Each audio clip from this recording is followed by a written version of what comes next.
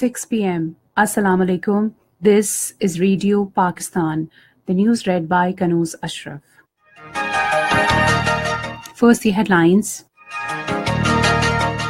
Prime Minister is leading Pakistan delegation at a meeting of Commonwealth heads of government in London.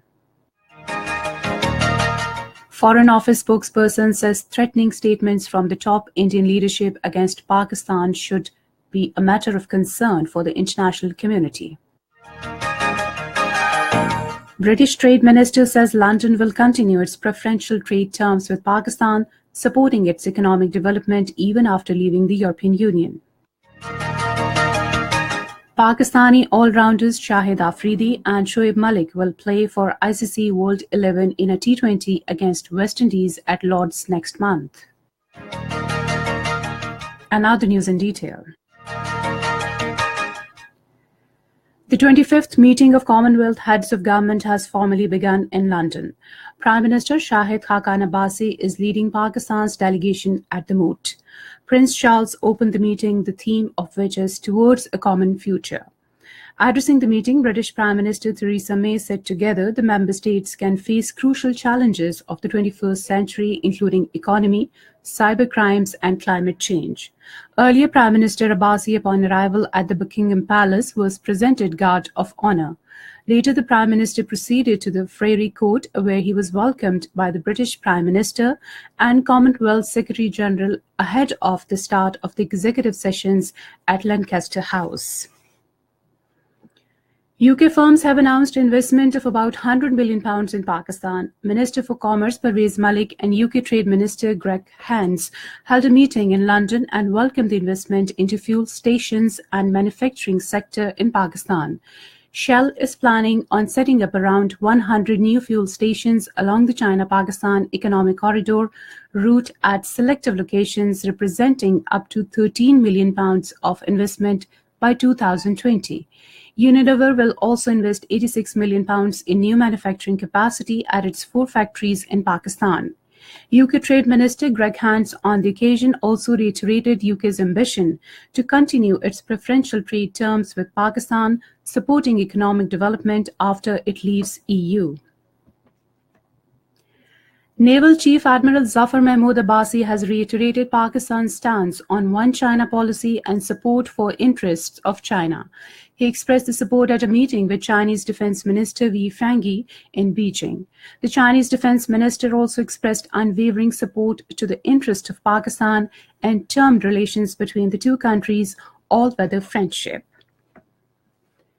Foreign Office spokesperson Dr. Mohammad Faisal has said the threatening statements emanating from the top Indian leadership against Pakistan should be a matter of concern for the international community. He was responding to the queries of media persons at his weekly news briefing about Indian Prime Minister Narendra Modi's tirade against Pakistan in UK. He categorically dismissed Indian claims of surgical strikes, terming them as farcical. Strongly rejecting Indian allegations of terrorism, the spokesperson reminded it is actually India which is perpetrating acts of terrorism. Dr. Mohammad Faisal said that Foreign Minister Khwaja Mohammad Asif will pay a 2-day visit to Beijing from Monday to attend the meeting of Council of Foreign Ministers of the SCO. Election Commission has constituted an Internet voting task force for the conduct of third-party evaluation and technical audit of the software developed by Nadra for voting by overseas Pakistanis. The task force will assess the automated system for eligible Pakistani voters living abroad having national identity cards and valid machine-readable Pakistani passports.